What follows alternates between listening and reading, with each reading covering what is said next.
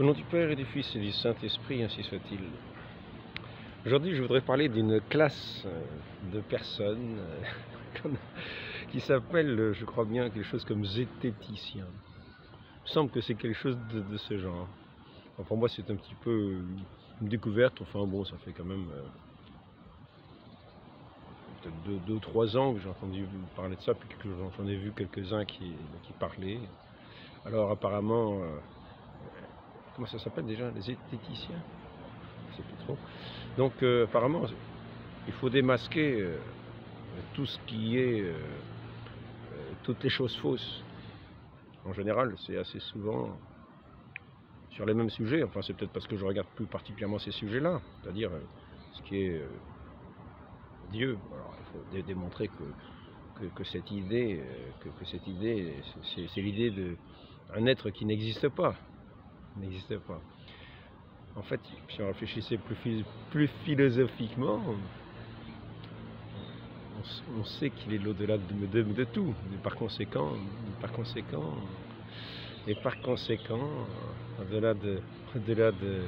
il est à la fois l'au-delà de tout, mais celui qui nous rejoint au plus profond de nous-mêmes, et dans notre pensée aussi, de venir nous éclairer. Donc, et voilà, les zététiciens, ils essaient de mettre à plat, ils disent, voilà, c'est leur prétention, mettre à plat tout ce qu'il faut. Voilà, on ne les voit pas souvent mettre à plat les supercheries politiciennes, ni les supercheries médicales, ni les choses comme ça. On remarque qu'ils sont assez souvent dans le sens du courant, assez souvent. Et qu'ils sont en fait des sortes de finisseurs, ils veulent être les finisseurs de restes qui seraient des petites résistances encore, des petites résistances ici ou là au grand courant par lequel doivent passer toutes les personnes bien bornées, bien droites, bien bornées, quoi. Tout le monde doit passer à travers tous ces courants médiatiques qui n'est apparemment jamais remis en cause par eux. Apparemment, tout ce qui sort de la bouche des médias, c'est la vérité, absolument. Donc ce qu'on va remettre en cause, je l'ai remarqué, ce sont des gens qui sont des grands spécialistes scientifiques. Par exemple, ce docteur Raoult du côté de Marseille.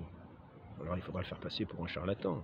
Et toutes sortes de personnes de ce genre, qui sont comme des obstacles à ce message médiatique général. Bon.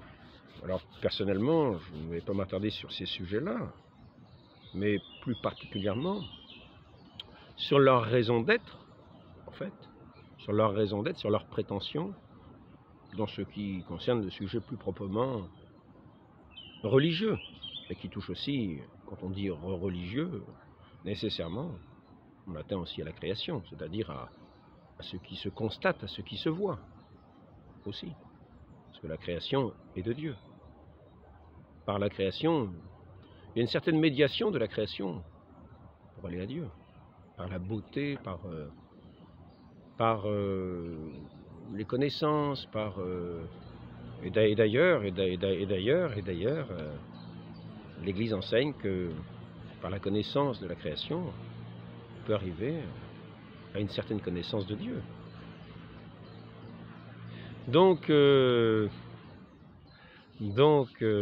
continuerai simplement au sujet. Je voudrais aujourd'hui, ce jour du 13 mai, de cette première apparition de Notre-Dame Fatima, Notre-Dame de Fatima, déjà peut-être aborder ce sujet, mais montrer aussi que d'autres personnes que ces zététiciens ont cette prétention à avoir une étude scrupuleuse, une étude vraiment détaillée, une étude vraiment fournie, et pour mieux dire qu'une étude, une enquête précise, fouillée et objective. D'autres personnes que ces zététiciens, sur ces événements qu'ils abordent quelquefois dans des vidéos, font des études qui sont, à n'en pas douter, bien plus poussés que les leurs. Bien plus poussés que les leurs. Car je voudrais dire qu'ils ont un bon nombre de vidéos pour aborder toutes sortes de sujets. Et leur enquête apparemment dure quelques jours avant d'aborder une enquête suivante.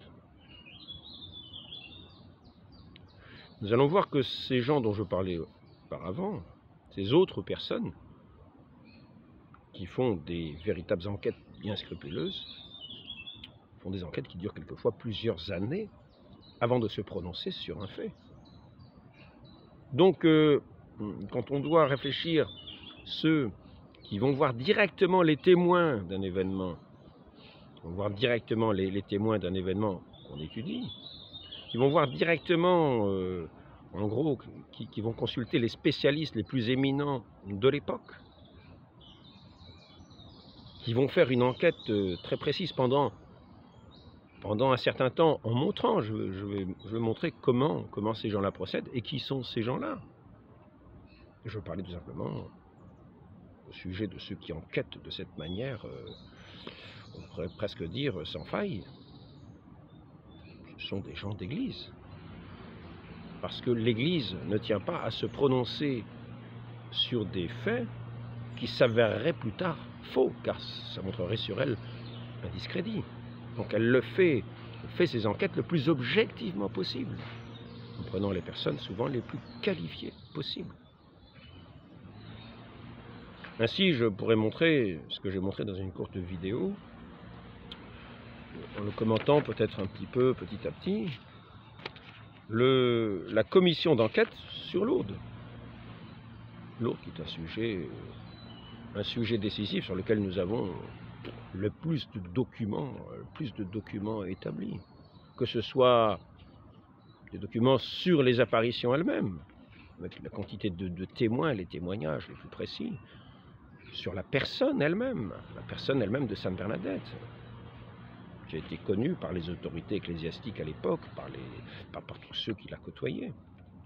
Que ce soit sur les quantités de miracles les plus diverses. Donc il y avait moyen d'enquêter sérieusement. Et d'autant plus que cette enquête, par exemple au sujet de Sainte Bernadette, avait déjà été faite par le commissaire de police de Lourdes. Donc il est extrêmement simple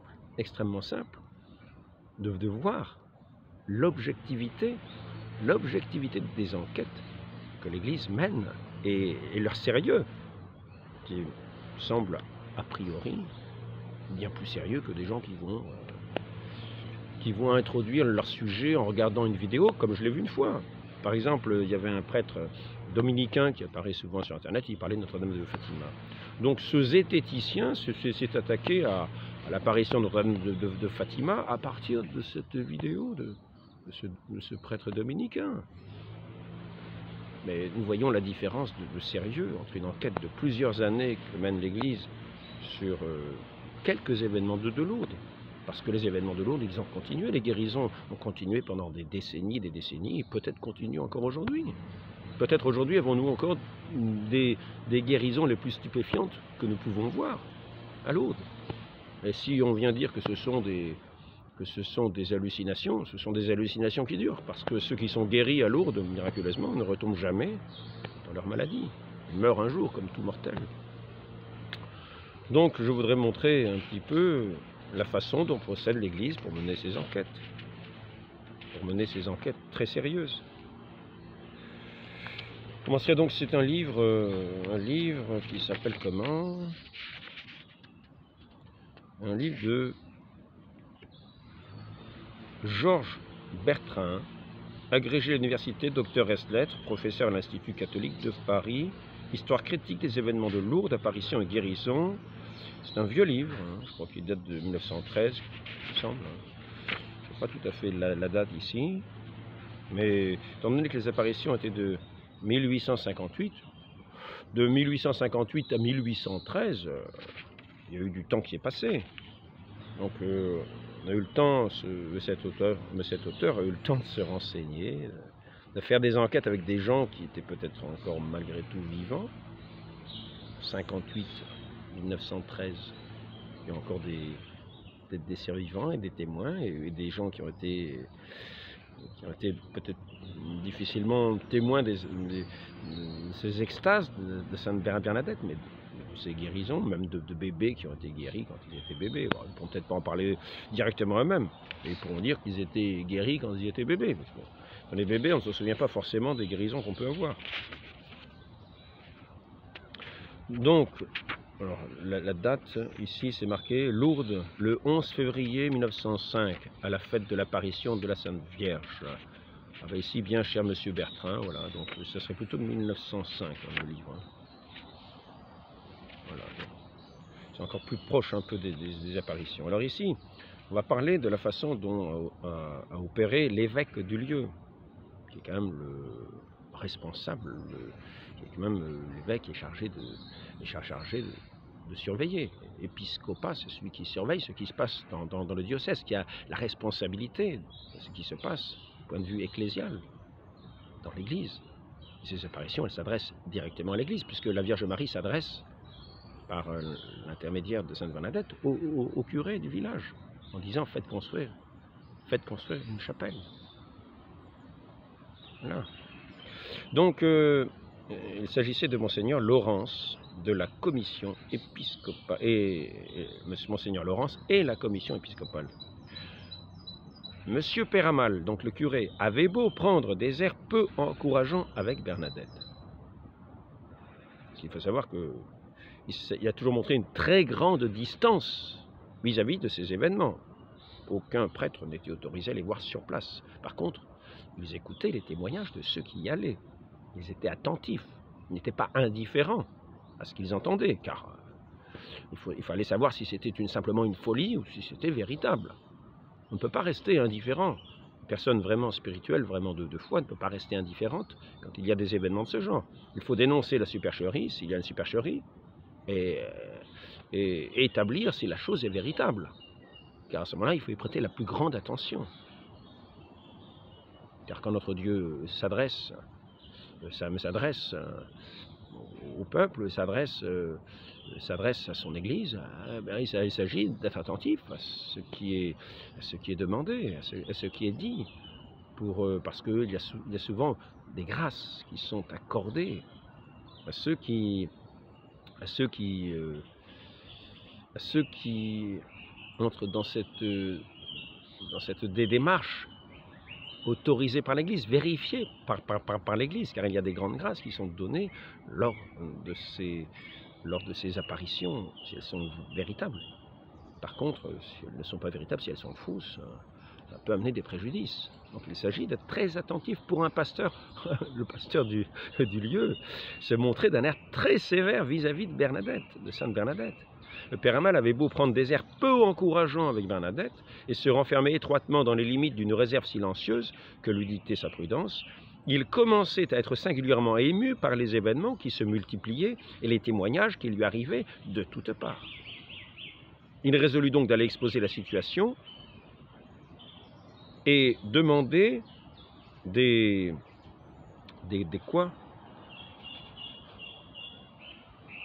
conseils. Il y a quelques lettres qui sont effacées, c'est un vieux livre. Alors c'est peut-être l'imprimerie c'est peut-être la qualité de l'imprimerie, je ne sais pas. Alors donc, demander des conseils à son évêque. Monseigneur Laurence écouta, mais sans vouloir prendre parti. Ou plutôt, cédant à un sentiment spontané de circonspection, il commença par ne pas croire. D'abord, faire attention si ce n'est pas une supercherie. Il ne s'agit pas non plus, dans sa démarche, de mépriser ce qui serait effectivement une apparition de la Très Sainte Vierge. C'était à l'apparition de fournir des preuves elle-même. On pouvait bien nommer une commission qui procéderait à une enquête officielle, l'opinion publique la réclamait. Les gens voulaient savoir ce qu'il en était, ce que pensait l'Église sur ce sujet, ce qu'il en était, et sérieusement, parce que les gens de l'époque attachaient une grande importance à ce que disait l'Église et la prenaient très au sérieux. C'est ainsi que l'Église menait des enquêtes très sérieuses, et ce n'était pas la première fois que l'Église menait des enquêtes. Le mot enquête est assez d'ailleurs connu dans l'Église. Et certains iront plutôt dénoncer cet aspect-là. Or, c'est une longue tradition dans l'Église que de mener des enquêtes.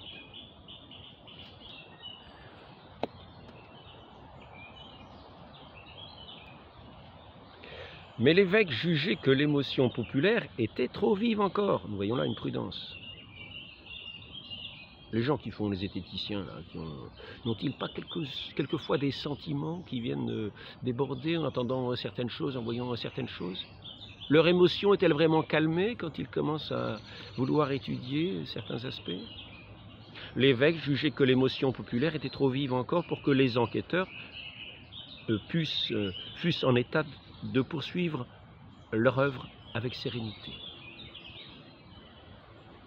Saint Vincent dit que la colère aveugle l'esprit, et qu'il ne faut jamais prendre de décision dans le mouvement de colère, mais de la même manière, quand on s'empresse comme ça, quand on est émerveillé par des événements, c'est là qu'on peut être ébloui par le brillant, et ne pas remarquer qu'il y a peut-être de la supercherie. Il faut faire très attention, comme un poisson qui se laisse appâter, et qui finit sur une brochette parce qu'il a mordu l'hameçon.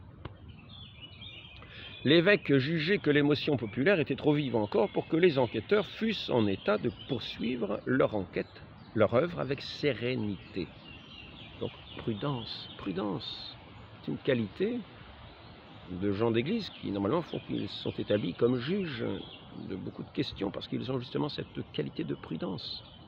Ce que tout le monde n'a pas. Certains ont une vive intelligence, ils manquent de prudence.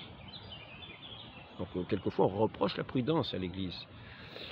Nous avons d'abord cru, devait-il écrire, c'est l'évêque qui écrit un peu plus tard, que l'heure n'était pas encore venue, n'était pas venue de nous occuper utilement de cette affaire, que pour asseoir le jugement qu'on attend de nous, il fallait procéder avec une sage lenteur. Se défier de l'entraînement des premiers jours, laisser calmer les esprits, donner du temps à la réflexion et demander des lumières à une observation attentive et éclairée. C'est un petit peu comme nous voyons une eau troublée par les remous.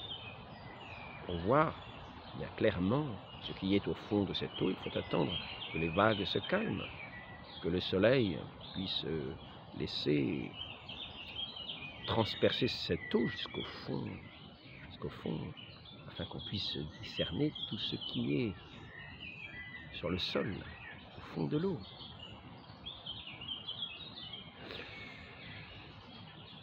Se défier de l'entraînement des premiers jours, laisser calmer les esprits, donner du temps à la réflexion et demander des lumières à une observation attentive et éclairée. Selon une méthode familière de l'Église, qui peut s'en servir ayant des promesses d'éternité, Monseigneur Laurence prit donc le temps pour auxiliaire. Ce n'est pas une petite vidéo qui va étudier, il a dit ça, machin, bidule. Ce sont des gens qui agissent avec sérieux. Ils laissent déjà le temps aux événements de se faire, de passer, pour pouvoir les observer. Le temps est un grand maître, disaient les anciens, il finit par tout révéler. À Lourdes, il fit son œuvre ordinaire. La réalité des apparitions s'établissait de plus en plus. Des faits miraculeux lui apportaient une confirmation décisive. Du moins d'après l'opinion publique, appuyée par de sérieux témoins. Par exemple, le docteur Dozou, qui était plutôt, il me semble, plutôt athée ou qui ne croyait pas à ces choses-là, quand il a vu Sainte Bernadette avec sa bougie qui lui brûlait normalement la main, alors qu'elle était devant l'apparition, les flammes passaient au travers ses doigts, il a compté, il a pris le chronomètre, il a compté. Il a compté.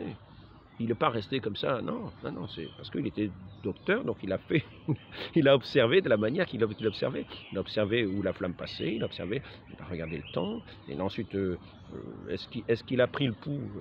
Il me semble qu'il a pris le pouls aussi, je ne vais pas en revenir dessus, mais en tout cas, il a fait ses observations de point de vue médical. Et quand l'apparition a été terminée, il a pris lui-même la bougie et l'a mise sur la main de Sainte Bernadette qui a dit « vous me brûlez ». Alors il n'y avait aucune trace de la flamme sur la main de Sainte Bernadette. Elle était préservée de la flamme, comme certains, par le passé, ont été préservés du feu. Nous voyons Daniel dans la fosse, avec le brasier. Oui, nous avons des gens qui sont passés par le passé au travers du feu. Et nous voyons que cela trouve un début de vérification dans cette flamme de la bougie qui ne porte pas atteinte à Sainte Bernadette, ni même dans la douleur, ni dans le fait de brûler la chair, ce que normalement une flamme fait. Donc nous voyons ici des personnes, les réalités des apparitions s'établissaient de plus en plus. Des faits miraculeux lui apportaient une confirmation décisive, du moins d'après l'opinion publique, appuyée par de sérieux témoins. De sérieux témoins. Et qui ont fait bien leur travail, comme nous pouvons le voir. Il a fait sur le moment, dans ce moment surprenant, ces observations, alors qu'on aurait pu être...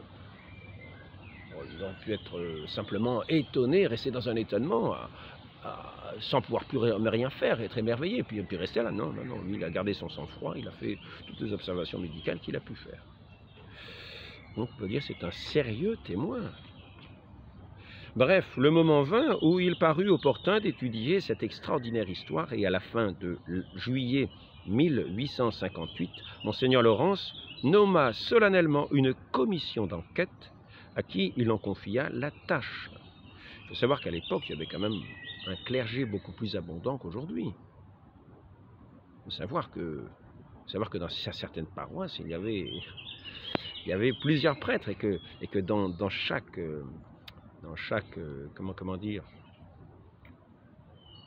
fonction, ces fonctions-là étaient,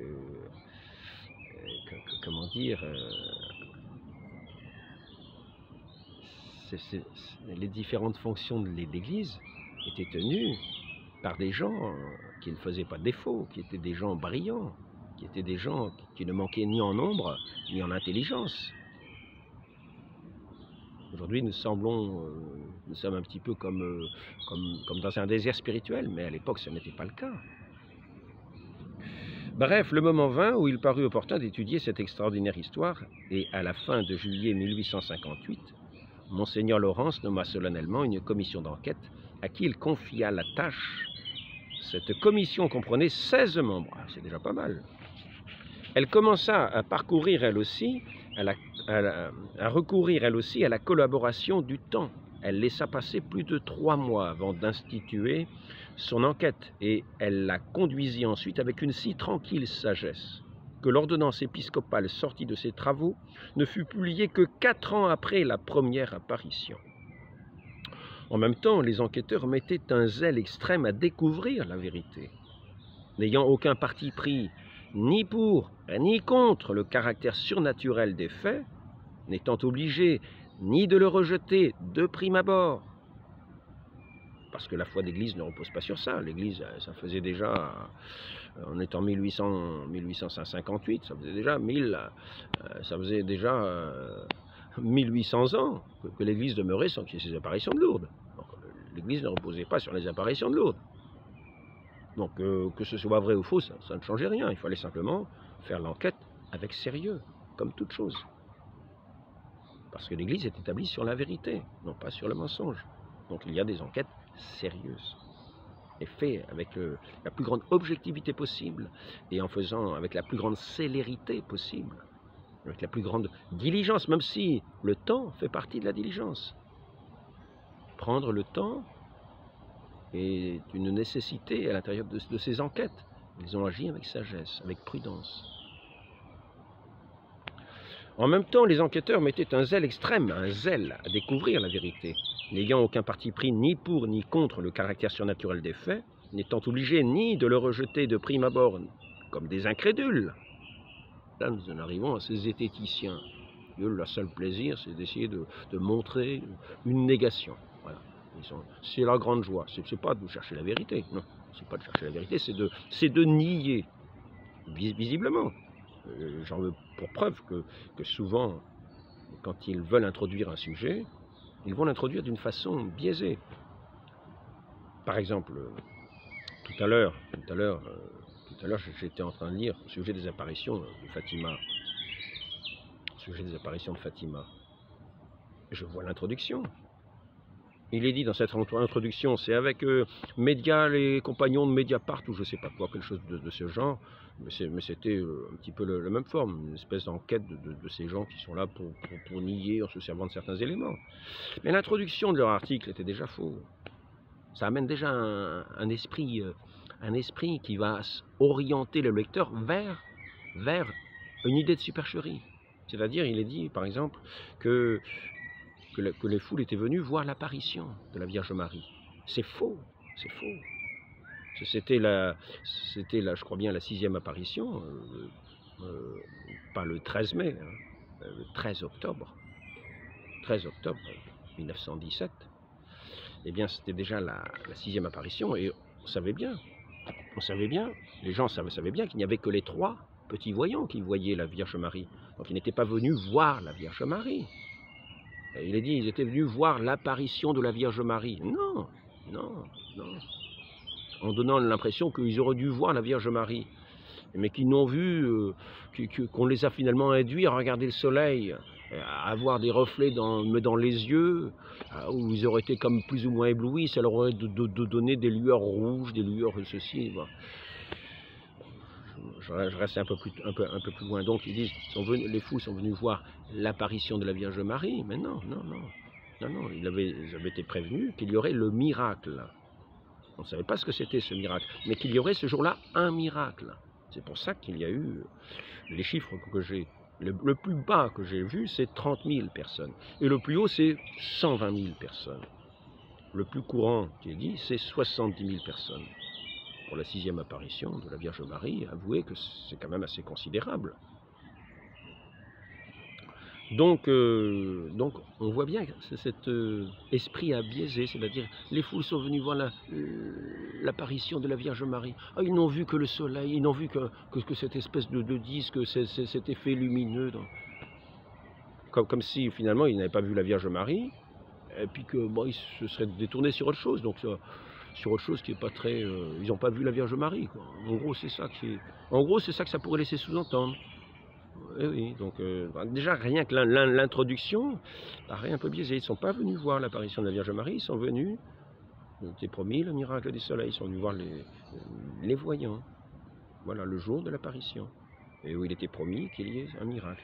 Donc alors maintenant, c'est juste pour montrer, pour ça il y a un autre zététicien qui va nous dire qu'il n'y a pas eu qu'on n'a pas vu ce miracle du soleil à la ronde, à des kilomètres à la ronde. Mais si, justement, il y a des témoignages qui disent justement qu'on l'a vu des kilomètres à la ronde. Donc leur enquête n'est pas très sérieuse. Ils montrent un esprit biaisé dès le départ. Là, ce n'est pas le cas. Là.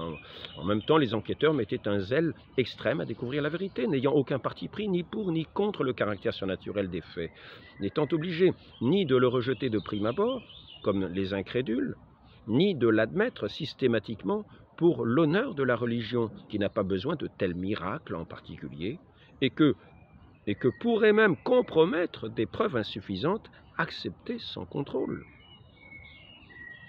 Ils travaillèrent à éclairer leur jugement avec une impartialité qui ne redoutait aucun renseignement, pas plus qu'aucune conclusion. Ils étaient là pour enquêter, pour savoir ce qui se passait, pas pour dire oui, on veut qu'il y ait ça, on veut qu'il y ait ça. Non, non, non. Ils étaient venus pour voir, pour constater, pour voir ce qu'il en était, vraiment. Du reste, l'ordonnance épiscopale leur en faisait le devoir. La commission, disait-elle, ne doit rien négliger pour s'entourer de lumière et arriver à la vérité quelle qu'elle soit. Les enquêteurs interrogèrent donc Bernadette, qui répondit sous la foi du serment. Nous savons qu'elle avait déjà été interrogée par le commissaire Jacomet à différentes reprises, et qu'il était là à l'observer sans cesse dans toutes ses démarches. On peut imaginer que les enquêteurs de la commission épiscopale sont venus voir le commissaire Jacomet. Les enquêteurs interrogèrent donc Bernadette, qui répondit sous la foi du serment. Ils se rendirent à la grotte et cherchèrent où aurait bien pu venir le fameux reflet lumineux, auquel avait recouru la raison aux abois des 3 médecins du préfet Massy. Bernadette, qui était présente, dut reconstituer toutes les scènes des apparitions.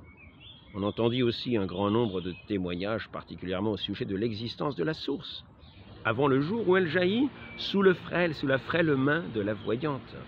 Tous s'accordèrent sur 2 points La source était invisible au moment où Bernadette la découvrit. Et Bernadette n'avait pu la découvrir que par une inspiration du ciel. Elle ne savait pas que cette source existait, c'était au moment de l'apparition. Elle commençait par se diriger vers le Gave, ne voyant que la direction que montrait la Vierge Marie ne conduisait à rien. Elle se dirigeait vers le Gave, la Vierge Marie l'a rappelé, lui a dit de se diriger vers tel endroit. Et c'est en allant précisément à cet endroit-là, indiqué par la Très Sainte Vierge, qu'est apparue cette source, ou qu'est née cette source. La source était invisible, donc si elle n'existait pas avant, elle était invisible. Au moment où Bernadette la découvrit, et Bernadette n'avait pu la découvrir que par une inspiration du ciel, les guérisons merveilleuses dont la nouvelle s'était répandue furent soumises à l'examen le plus rigoureux.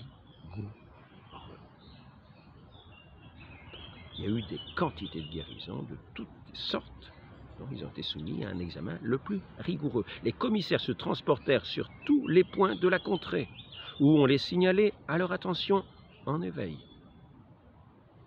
Des renseignements étaient préalablement réunis sur la moralité des intéressés, leurs précédents pathologiques et les circonstances particulières de leur guérison. Puis on procédait à l'interrogatoire en présence même des médecins qui avaient soigné le malade et les cas divers qui, d'après eux, pouvaient s'expliquer naturellement, étaient immédiatement écartés. La commission s'était d'ailleurs adjoint un praticien éminent. Alors, qu'on montre les praticiens éminents chez ces zététiciens, qui abordent autant de sujets, qui font leur émission comme ça, semaine après semaine, sur divers sujets, après avoir regardé un livre ou deux, un livre de leur tendance, bien sûr. Parce que s'ils découvraient la vérité, on peut imaginer que ça leur porterait une contrariété. Oui. La commission s'était d'ailleurs adjoint un praticien éminent, le docteur Vergès, inspecteur des eaux de Barège, professeur agrégé de la faculté de Montpellier.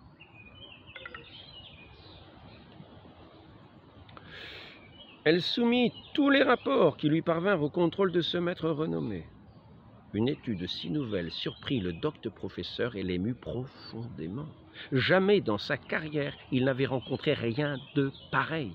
Sa science éprouvée distingua, dans l'abondance des faits, les cas qui possédaient pleinement et d'une manière évidente le caractère surnaturel. Ceux qui étaient probablement miraculeux, ou dont le caractère paraissait douteux. Et troisièmement, ceux qui pouvaient recevoir une explication scientifique. C'est sur les premiers seulement qu'il se livra à une enquête à domicile, avec le concours des commissaires. Il négligea les autres, donc il ne s'intéressa qu'aux cas qui possédaient pleinement et d'une manière évidente le caractère surnaturel. Et il laissa tout le reste. Là même où il y avait un doute, alors que c'était pratiquement évident que c'était surnaturel.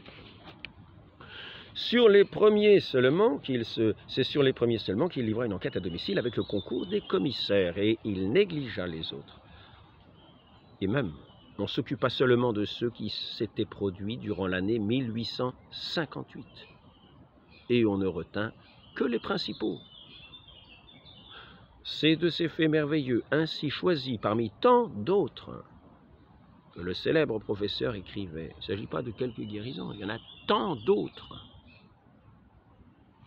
En jetant un coup d'œil d'ensemble sur les 8 faits de guérison qui précèdent, on est frappé tout d'abord de la facilité, de la promptitude, de l'instantanéité avec lesquelles ils sortent du sein de leur cause productive, de la violation, du bouleversement, de toutes les méthodes thérapeutiques qui règnent dans leur accomplissement, des contradictions que reçoivent les préceptes et les prévisions de la science, du dédain qui frappe l'ancienneté, la profondeur et la résistance du mal, du soin avec lequel toutes les circonstances sont arrangées et combinées pour montrer qu'il y a, dans la guérison qui s'opère, un événement en dehors de l'ordre de la nature.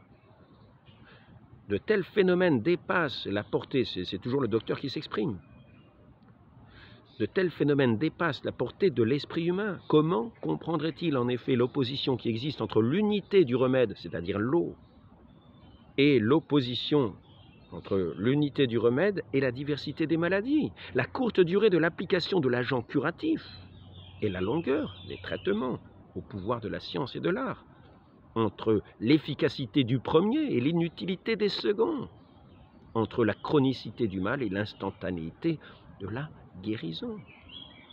Il y a là certainement une force contingente supérieure à celles qui ont été départies à la nature, étrangère à l'eau dont elle se sert pour la manifestation de sa puissance. C'est le docteur qui dit ceci. Donc ce professeur, docteur Vergès, inspecteur des eaux de barrage, professeur agrégé de la faculté de Montpellier. Si on me demande ce que j'ai vu à Lourdes, devait ajouter avant de mourir l'éminent professeur, je puis répondre par l'examen des faits les plus authentiques, placés au-dessus du pouvoir de la science et de l'art. J'ai vu, j'ai touché l'œuvre divine, le miracle. En lien, bien sûr, avec les apparitions de Lourdes et la source qui a surgi sous les doigts de Sainte Bernadette, à la demande de la très sainte Vierge Marie. Il n'y avait là aucun effet maladif, elle était dans un ravissement, une extase qui faisait l'émerveillement des foules qui venaient contempler ce chef-d'œuvre de cette création, comme cette création qui paraissait en Bernadette, au tel point que sa mère disait « Bernadette n'est plus Bernadette ». Elle était transfigurée, le visage radieux d'une beauté. Que certains disaient « Jamais aucun comédien n'arrive à un tel point d'expression, une telle beauté ». Elle qui avait un visage, quand vous regardez la photo, elle avait une certaine beauté, mais une beauté sévère, d'une certaine sévérité. Quelqu'un qui a bien les pieds sur terre, C'est dans ces conditions que la commission remit enfin à Monseigneur Laurence son rapport si longtemps attendu, si prudemment préparé, et le 18 janvier 1862 parut le mandement de Monseigneur l'évêque de Tarbes portant sur le jugement de l'apparition qui a eu lieu à la grotte de Lourdes. Voici le texte de ce jugement fort bien motivé. Nous jugeons que l'Immaculée Marie, Mère de Dieu, a réellement apparu à Bernadette Soubirous le 11 février 1858.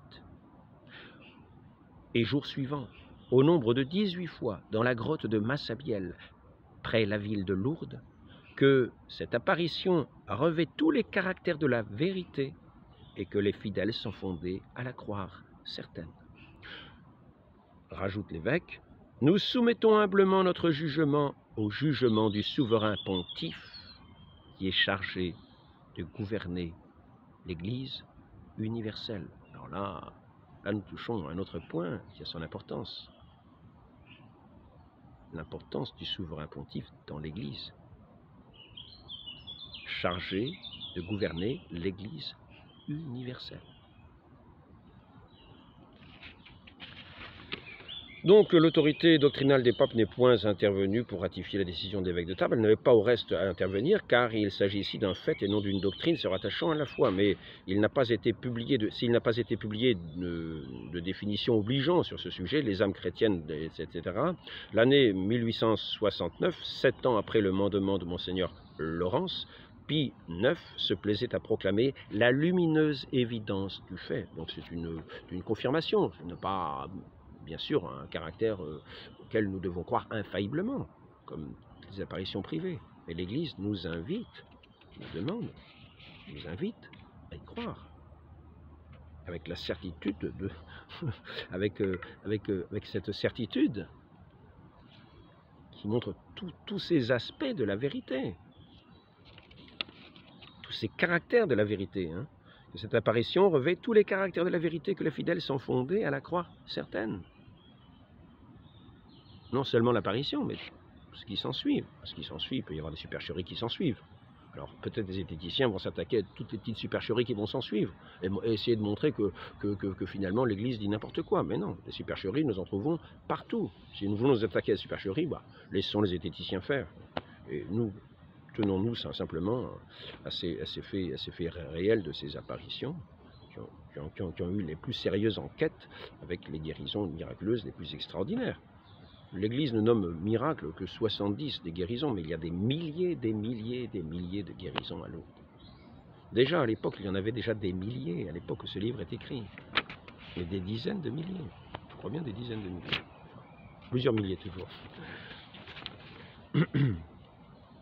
Bon, donc nous voici. C'est pour montrer ici le sérieux avec la quête, avec lequel l'Église enquête. L'Église n'a pas besoin de ses zététiciens. L'Église opère comme les zététiciens prétendent opérer, sauf qu'elle opère beaucoup mieux, avec plus de prudence, et qu'elle a le temps de le faire, et qu'elle le fait avec le temps et la prudence nécessaire, avec l'éclairage aussi d'intelligence vive, qui ne rejette pas a priori un fait ou l'autre, hein, la fausseté ou la vérité. Contrairement à certains qui ont cet a priori et qui vont déjà biaiser dans la façon de parler.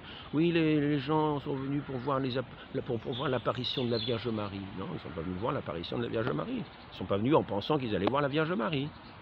Non, ils sont venus, il y avait le miracle annoncé ce jour-là. Et c'est ce qui s'est passé. On ne savait pas ce qu'était le miracle, mais c'est ce jour-là qu'il a eu lieu. Et maintenant, pour en revenir à ce miracle de Fatima, parce que nous sommes le 13 mai, pouvons voir quelques témoignages.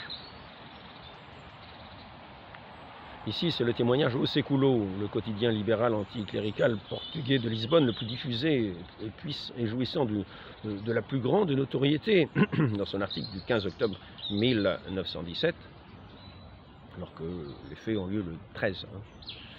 Avelino de Almeida écrit: depuis la route où s'étaient massées les voitures et où plusieurs centaines de personnes étaient demeurées, c'est-à-dire autour des voitures, plusieurs centaines de personnes autour des voitures, est-il mis, faute d'avoir assez de courage pour s'avancer à travers le terrain boueux, parce qu'il pleuvait. On voit l'immense multitude se tourner, l'immense multitude, il ne s'agit pas de quelques centaines, comprennent bien. Donc, l'immense multitude, on voit l'immense multitude se tourner vers le soleil qui apparaît au zénith, dégagé des nuages. Le soleil rappelle un disque d'argent. Il est possible de le regarder sans aucune gêne. Sans aucune gêne. Il ne brûlait pas les yeux, ni ne les aveuglait. On dirait qu'il se produit une éclipse. Mais voici que s'élève une clameur immense, et ceux qui sont plus près de la foule l'entendent crier, parce que ceux qui sont près de la voiture sont éloignés de la foule, mais ils entendent quand même crier, ceux qui sont le plus près de la foule. Miracle, miracle, merveille, merveille. C'est un équivalent. Miracle veut dire merveille. Devant les yeux éblouis de ce peuple, dont l'attitude nous transporte au temps biblique, et qui stupéfait, la tête découverte contemple l'azur du ciel, le soleil trembla, eut des mouvements insolites et brusques, en dehors de toutes les lois cosmiques. Le soleil dansa selon l'expression typique des paysans. C'est le journal qui rapporte cela. Le docteur Almeida Garrett laissa un témoignage détaillé. Soudain, donc, parce que ces gens que j'ai vus avec, comment ça s'appelle, Mediapart, je sais pas quoi, là, les compagnons de Mediapart, les amis de Mediapart, enfin je sais pas quoi, mais c'est lié à Mediapart. Ils disent oui, vous savez, quand on regarde le soleil, mais n'importe qui peut savoir que quand il regarde le soleil, quand il n'y a pas de nuages, quand il n'y a pas de brume, il est ébloui par le soleil, et c'est bien l'effet que ça fait dès qu'on détourne les yeux. On sait bien qu'on est ébloui par le soleil. Là, Marc, ici, vous voyez ce que dit le journaliste. Hein, voilà, il rappelle, il est possible de regarder sans aucune gêne. Il ne brûlait pas les yeux. Hein, on sait bien ce que c'est quand on regarde le soleil. On a l'impression d'avoir les yeux brûlés, on a au moins une gêne. Là, il n'y a aucune gêne. Ça rappelle un petit peu cette apparition de la croix du côté de Poitiers, une croix qui est apparue dans le ciel dans les années 1800, je ne sais plus combien, 1850, etc. Au cours d'une mission, le dernier jour, le jour de la plantation où on plantait la croix. Et cette croix est apparue avec des bords équarris. Elle était argentée, elle n'éblouissait pas, mais tout le monde la voyait dans le ciel, même le maire et toutes les autorités de la ville voyaient cette croix. Et pendant la fin de la prédication, des franciscains, je crois que c'était les franciscains qui prêchaient la mission, au moment de planter la croix, elle est apparue. Cette croix est apparue à l'horizontale dans le ciel. Et ensuite, après ça, elle est restée tout le temps que les gens restaient dehors. Après ça, il fallait rentrer à l'église. Et les gens sont rentrés à l'église et elle disparaissait petit à petit. On voyait, on voyait les bords équarris de la croix. Elle n'éblouissait pas. Ça donne un petit peu la même expression. Et d'ailleurs, on parle aussi de bords équarris d'une certaine manière. Donc ici, soudain, j'entendis la clameur de centaines de voix. Là, c'est le docteur qui parle, le docteur Almeida Garrett.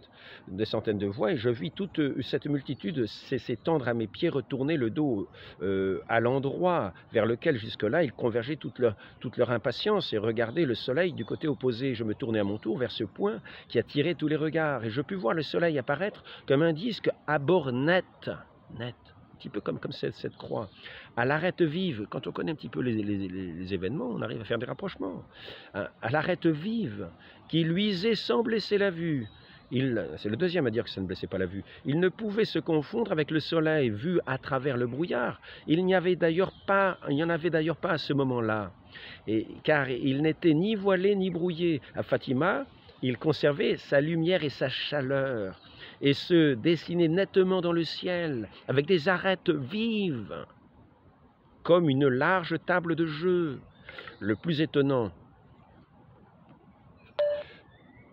Ah, là c'est terminé pour celle-là, batterie trop faible. Le plus étonnant est d'avoir pu fixer aussi longtemps le disque solaire étincelant de lumière et de chaleur, sans avoir mal aux yeux et sans abîmer la rétine. On entendit une clameur, le grand cri d'angoisse de la foule. En effet, le soleil, conservant son mouvement rapide de rotation, sembla pouvoir se détacher du firmament et, rouge sang, avancer vers la terre, menaçant de nous détruire sous le poids énorme. Ce furent des secondes terrifiantes. Et là, d'autres témoignages, Maria de Capellina, le soleil tremblait tellement, il semblait une roue de feu. Maria do Carmo, le soleil tournait comme une roue de feu d'artifice en prenant toutes les couleurs de l'arc-en-ciel. Et tout prenait les mêmes couleurs, nos visages, nos vêtements, la terre elle-même. Alors, ces étudiants vont nous dire, oui, nous sommes allés en Amérique et nous avons, il y a eu organisé dans les mêmes conditions qu'à Fatima, les mêmes conditions. Mais quelles sont ces conditions ? Quelles sont ces conditions? C'est de se mettre auprès d'un arbre, c'est de se réunir à 10 personnes. Qu'est-ce que c'est ces conditions? C'est d'attendre qu'un orage soit passé, qu'une pluie diluvienne soit tombée, et que tout le monde sèche, et puis de regarder ensuite le soleil. Qu'est-ce que c'est que ces conditions? C'est ce que j'ai lu dans ce même article de Mediapart. Celui-là, je l'enlève. Donc, faisons très attention, hallucination collective. Mais cette hallucination se serait répandue à des kilomètres à la ronde par des gens qui ne savaient même pas qu'ils devaient le savoir, mais ils ne sont pas dérangés toujours. Donc ici, le soleil tremblait tellement, il semblait une roue de feu. Bon, ici, Maria da Carmo, le soleil tournait comme une roue de feu d'artifice en prenant toutes les couleurs de l'arc-en-ciel. Tout prenait les mêmes couleurs, mais on l'a vu. Au moment où nous nous y attendions le moins, nos vêtements furent tous secs. Alfredo da Silva Santos. Alors ils se sont dit sans doute, mais t'as vu, mais regarde, je suis sec. Ah, moi aussi. C'est pour ça qu'elle peut dire, nos vêtements furent tous secs. Comprenez? Ne faisons pas de cette dame-là une menteuse. Vous, les zététiciens qui parlaient un siècle après. Le soleil tournait comme une roue de feu d'artifice en prenant toutes les... Bon, on a déjà vu. Au moment, tout sec, Alfredo da Silva Santos. Le soleil commença à danser et à un certain moment, il parut se détacher du firmament et se précipiter sur nous comme une roue de feu. Mario Golindo, ingénieur. De ces milliers de bouches, j'entendais des clameurs de joie et d'amour à la Sainte Vierge. Et alors j'ai cru, j'avais la certitude de n'avoir pas été victime d'une suggestion. J'avais vu le soleil comme jamais je ne le reverrai. Et justement ce jour, si vous faites le soleil, vous n'allez pas vous mettre tout ça à regarder le soleil comme ça parce que j'ai dit le soleil sans avoir aucune difficulté à regarder alors qu'il n'y a aucun nuage, aucune brume et il est précisé dans un autre endroit que la chaleur est restée la même, que le soleil éclairait comme à plein soleil. Et que la chaleur, c'était la chaleur du soleil. C'est-à-dire, quand il y a des nuages, les nuages sont partis, puisqu'il pleuvait, tout le monde était trempé. Les nuages sont brusquement partis. À ce moment-là, on a ressenti la chaleur du soleil. C'est ce que dit ce docteur, me semble-t-il. Ressentez la chaleur du soleil. Parce que quand les nuages arrivent, on sent bien que le soleil est masqué par les nuages et on perd de la chaleur du soleil. Mais quand le soleil est là, on le sent, la chaleur du soleil. Et donc là, on sentait la chaleur du soleil et on voyait le paysage éclairé par le soleil. Donc, soyons confiants dans ces enquêtes que mène l'Église. le mot enquête dans l'Église a une certaine importance. D'ailleurs, si on le rapproche avec le mot inquisition, le mot inquisition nous rapproche du mot enquête. En fait, les inquisitions étaient des enquêtes déjà très sérieuses, qui ne sont pas bien sûr vantées par les zététiciens dans leur réalité, parce que les zététiciens vont toujours rajouter tout ce que des légendes noires ont déjà ajouté, des légendes révolutionnaires qui ne se sont pas privées de faire des procès iniques, par exemple au roi de France Louis XVI, quand il fallait impérativement voter la mort sous peine d'être tué soi-même. Et on savait que le jour du procès de Louis XVI, par exemple, ce ne sont pas les zététiciens qui vont vous expliquer ça, mais qu'il y avait des gens avec des bâtons ferrés qui servaient de force comment ça s'appelle législatif, le corps législatif et le corps celui qui met en application là. Ils étaient là comme ce exécutif, le corps exécutif, pour menacer ceux qui ne voteraient pas à la mort du roi. Vous voyez? Alors, où sont les zététiciens pour parler de toutes ces choses-là? Où sont les zététiciens pour dénoncer toutes les abominations de la Révolution française? Où sont les zététiciens qui sont tant dans les lignes droites, de tout ce que disent les médias pour abasourdir les gens? On aimerait bien les entendre quelquefois sur d'autres sujets, plutôt que de faire leurs petites enquêtes un petit peu biaisées, là où l'Église a déjà mené des enquêtes très sérieuses, avec les témoins de l'époque, devant les témoignages des docteurs qui guérissaient eux-mêmes, qui soignaient eux-mêmes les malades. Dans une enquête très sérieuse, très minutieusement menée, en prenant le temps, dans la prudence, un esprit de sagesse. Demandons cet esprit de sagesse à ces gens qui puissent sortir de leur haine, de tout ce qui est religieux, de tout ce qui est divin. Le Christ m'a haï, on vous haïra. On a dit du Christ qu'il était un possédé, en se servant de certains éléments. Il guérit les malades, c'est par le doigt de Satan qu'il guérit les malades. Et il a dit qu'il démolirait le temple. On cherche toujours à orienter les esprits dans un sens faux. Ce n'est pas la prudence que montre l'Église dans ses enquêtes. Elle montre aussi de la patience. Donc, je dirais, pour ceux qui cherchent la vérité, sachons aussi que d'autres sont passés devant nous. Et si l'Église a tranché une question sur un sujet, elle ne l'a pas fait à la légère. Donc, cela n'empêche pas de le documenter. Demandons cette même sagesse pour étudier que l'Église nous enseigne à le faire quand elle fait ses études et ses enquêtes, afin de se renseigner sur certains faits. Ayons cette même sagesse, non pas ces a priori. On veut absolument démontrer quelque chose avant même d'en avoir connaissance. Il faut d'abord voir le rayon du jour pour voir le soleil. Pour voir cette lumière du soleil. Celui qui n'a jamais vu le soleil n'en a pas idée. Mais encore faut-il accepter de regarder, d'entrer dans la lumière. Demandons cette grâce à ces pauvres gens qui sont souvent sur une route de traverse pour entraîner la multitude à leur suite, comme des aveugles, comme des gens qui refusent de voir, qui s'acharnent.